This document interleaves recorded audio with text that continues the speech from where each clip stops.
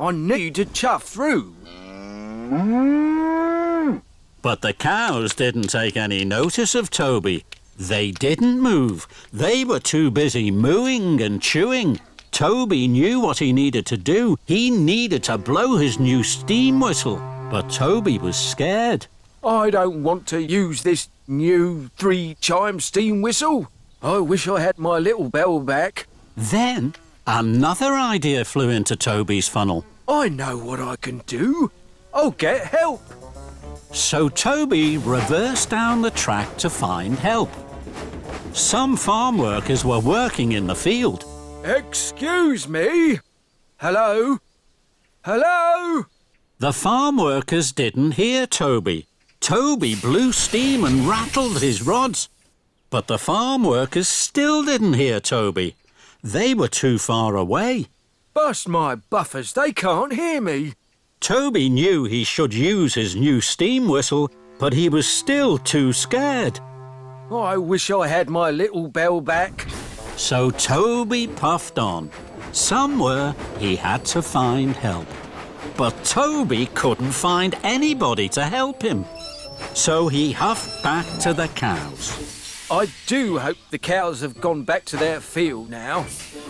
But the cows hadn't gone back to their field. They were still mooing and chewing all over the tracks. Oh, no! Toby tried to biff them with his cowcatcher. But they still wouldn't move. Oh, no, Henrietta. I think we're trapped. Then there was trouble. Toby heard a noise that made his wheels wobble. Another engine is coming. They'll crash into the cows. The engine steamed round the corner. It was Thomas. Thomas was racing like the wind. His firebox was fuming and his boiler was burning brightly. I have to tell Thomas about the cows. I'll have to use this new whistle. Toby closed his eyes. His firebox flared and steam blew into his new 3-chime steam whistle. It was the loudest whistle anyone had ever heard on Sodor. What was that? It was a 3-chime steam whistle. They're the best whistles ever. I wonder who blew that. Thomas heard the 3-chime steam whistle. Cinders and ashes! I must stop! He applied his brakes. Thomas screeched and skidded. Sparks flew and tracks trembled. Toby didn't dare look. Ew! Thank you, Toby.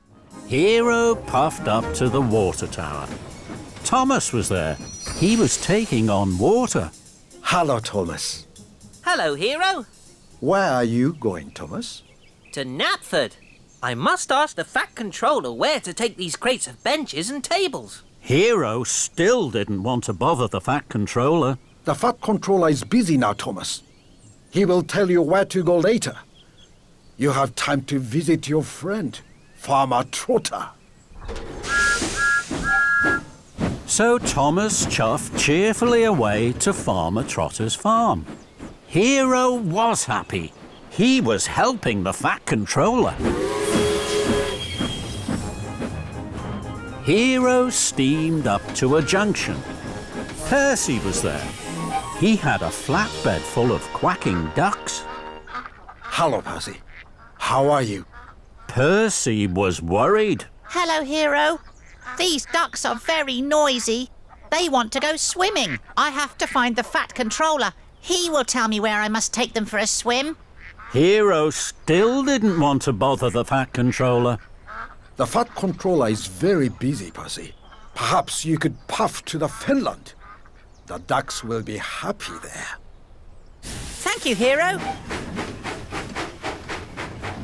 Hero was happy. Helping the Fat Controller was the best job he had ever had.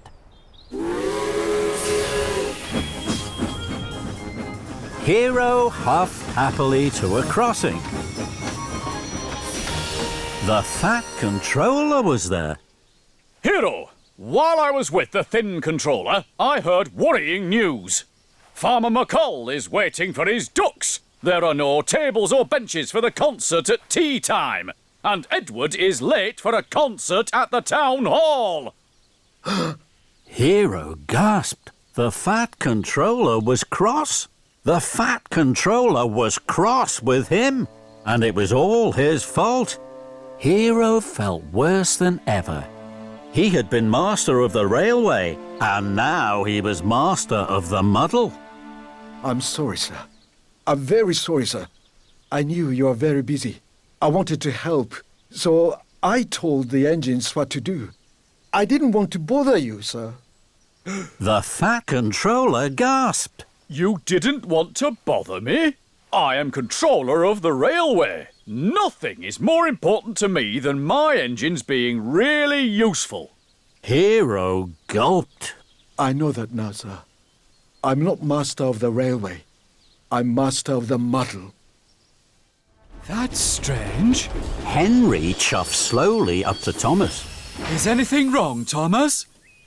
No, Henry. I'm letting Farmer McColl cross with his sheep. Henry could see the sheep tripping and tapping across the tracks. Thomas, you helped me. That's a good deed. Well done. You're welcome, Farmer McColl. Thomas chuffed away cheerfully. Henry puffed and puzzled. I would like to help someone. They will call it a good deed, and they will say, "Well done, Henry." This made Henry feel very happy. I'm sure I can deliver the nesting pole and do good deeds. So Henry huffed happily on. Soon, Henry saw Farmer Trotter's pink pigs. They were snuffling and sniffing sadly at the side of the track. Those pigs don't look very happy. Then, Henry saw that the pigs were looking at the muddy field on the other side of the tracks. I know what's wrong. Those pigs want to roll in the muddy field. If I stop here, those pigs can cross safely. They won't be scared anymore. So Henry stopped, and the pigs tripped and trotted across the tracks. Soon, the pigs weren't pink anymore. They were brown, muddy, and very happy. Farmer Trotter wasn't happy at all. I wanted pink pigs to take to the county fair. Henry was sorry. Oh dear, Farmer Trotter is cross. I didn't help at all. Suddenly, an idea flew into Henry's funnel. I'll reverse back down the track. Then the pigs will have more room to cross. Henry pumped his pistons, his wheels whirred, he puffed steam and he chuffed backwards. This should help, Farmer Trotter. But it didn't help. The pigs were scared by Henry's steam and the whir of his wheels. They scattered and clattered into the apple crates. The apples rolled everywhere. This made the pigs very happy. They munched and scrunched the rosy red apples. But now they wouldn't move from the tracks. That made Farmer Trotter even more cross. Bust my buffers. My idea wasn't a good deed at all. Whee! Thomas and Rosie were splashed from footplate to fender in muddy rainwater. That was fun. Then an idea flew into Thomas's funnel. Thomas reversed slowly. Then he pumped his pistons. Here I come, Rosie. Splish, splash, splash. That's a good game. Here I come, Thomas. Splish, splash, splash. Muddy water splattered everywhere. Then the Fat Controller arrived. He had some important news. Alicia Botti is to sing at a concert in the town hall. The concert will be followed by a grand tea. That's exciting. What fun! Thomas, you must go straight to the washdown. Then you are to collect Miss Botti and myself from Dryall Station. We will be waiting for you. Yes, sir. Rosie, you must collect Annie and Clarabelle and take them to Dryall for Thomas. Yes, sir. Right away, sir. See you later, Rosie. And Thomas and Rosie chuffed quickly away. Thomas pulled up at the junction to the washdown. He saw a very big puddle on the other track. Charlie was waiting right by it. He was very muddy. Splashing Rosie was such good fun. I'm sure Charlie would like my game too. And I'm sure I have time for another puddle before the washdown. So Thomas didn't take the track to the washdown. He took the track through the middle of the very big puddle. Here I come, Charlie! Splish, splash, splash! Bust my buffers! That's a good game! Thomas huffed happily on. Hooray! This is fun! Now Thomas wanted to find more puddles. He couldn't wait to play his game with the other engines. At the next junction, Thomas waited to chuff left to the washdown. Then he saw a very big puddle on the right track. Emily was waiting. Emily's muddy already. I'm sure she'd like my game. And I'm sure I have time for another puddle before the washdown.